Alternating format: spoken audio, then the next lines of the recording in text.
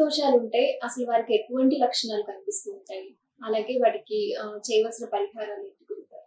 శ్రీ గురుభ్యో నమః. శ్రీమాత్రే. పితృదోషం ఈ మధ్య చాలా చూస్తాం. పితృదోషం ఏంటి పితృదోషం అంటే ఏంటి? పిత అంటే ఎవరు? తండ్రి. పిత అంటే మాతాచ పితాచ పితరౌ శాస్త్రం ఏం చెప్తుంది? ఈ సమాసం తెలిసి ఉండదు. సంస్కృతం తెలిస్తే పితృ అంటే అర్థం తెలుసు. మాతాచ పితాచ పితరౌ అంటే తల్లి తండ్రి ఇద్దరూ కలిస్తేనే పితృ. అంటే ఇటు తల్లి వంశస్థులు ఇటు తండ్రి వంశస్థులు ఇద్దరూ వస్తారు పిత అంటే. ముఖ్యంగా అమ్మగారు చాలా ముఖ్యం. జీవితంలో ప్రతి ఒక్క వ్యక్తికి ప్రాణం ఇచ్చి వాళ్ళకి భూమి మీదకి తీసుకురావడానికి ప్రధానమైన కారణమైనటువంటి వారు తల్లి తండ్రి. వాళ్ళ రుణం తీర్చుకోవాలంటే తల్లి తండ్రే కాదు, వంశస్థులు అంటే తండ్రి, తాత, ముత్తాత. దానికి సంస్కృతంలో ఏమంటారు? పిత, ప్రపిత, పితామహ. పిత అంటే తండ్రి, ప్రపిత అంటే తాత, పితామహ అంటే ముత్తాత, ప్రపితామహ అంటే ఇంకా పెద్ద తాత. సో ఈ యొక్క డైనస్టీ వంశం ఏదైతుందో ఈ వంశ వృక్షములో శాస్త్రం ఏం చెప్తుందంటే, గరుడ పురాణం ఏం చెప్తుందనంటే, ఎవరైనా వ్యక్తి చనిపోతే ఆ వ్యక్తి చనిపోయిన తర్వాత అంటే ఇప్పుడు తండ్రి స్థాయిలో వ్యక్తి చనిపోయాడు, అంటే ఫస్ట్ నంబర్ 1 పిత అంటే నంబర్ 1. ఆయన వసురూపంలో ఉంటాడు. వసురూపంలో ఉండి భూలోకంలోనే సంచారం చేస్తూ ఉంటాడు అంటారు. తర్వాత తాత, ఆ సెకండ్ కేటగిరీలో ఉన్న వాళ్ళు ఏంటంటే రుద్ర.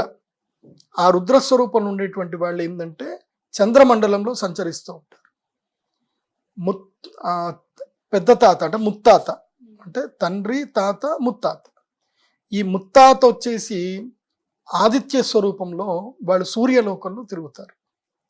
ఈ ముగ్గురు కూడా ఎవరైతే కొడుకున్నాడో ఈ కొడుకు చేసే కర్మలకి వాళ్ళకి ఫలితాలు అక్కడ వెళుతూ ఉంటాయి. ఈ ముగ్గురికి వెళుతూ ఉంటాయి. ఇక్కడ చేసే దాన ధర్మాలు, శ్రాద్ధ కర్మలు, పుణ్య కార్యక్రమాలు అన్నిటికీ ఫలితం వీళ్ళకి అందుతూ ఉంటుంది.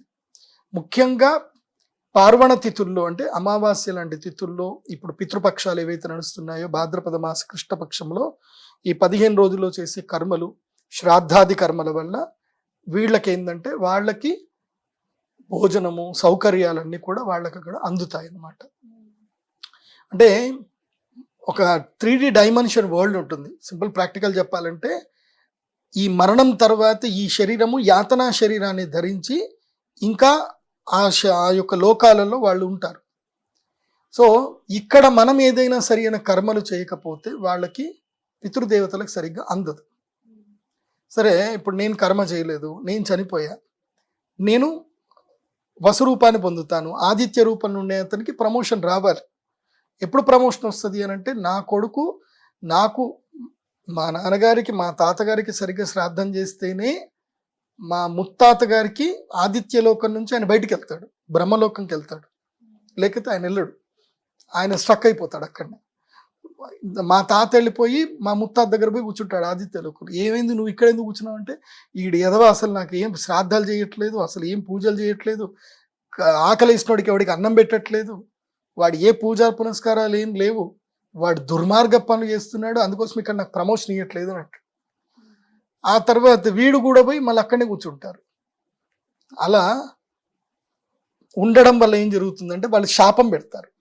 వాళ్ళు శాపం పెట్టడం వల్ల నెక్స్ట్ జనరేషన్లో పుట్టే పిల్లలు కంటి రోగంతోటి, అంగవైకల్యంతో, చర్మ వ్యాధులతోటి, లేదా సంతానలేమి అంటే పిల్లలు పుట్టరు, ఇంకా పిల్లలు పుట్టలేకపోవడం వల్ల ఇట్లాంటివన్నిటి దాంతో ఇంట్లో ఇవన్నీ సిమ్టమ్స్ అన్నమాట. పితృదోషాలు, పితృదేవతల యొక్క శాపం సంబంధించిన సిమ్టమ్స్.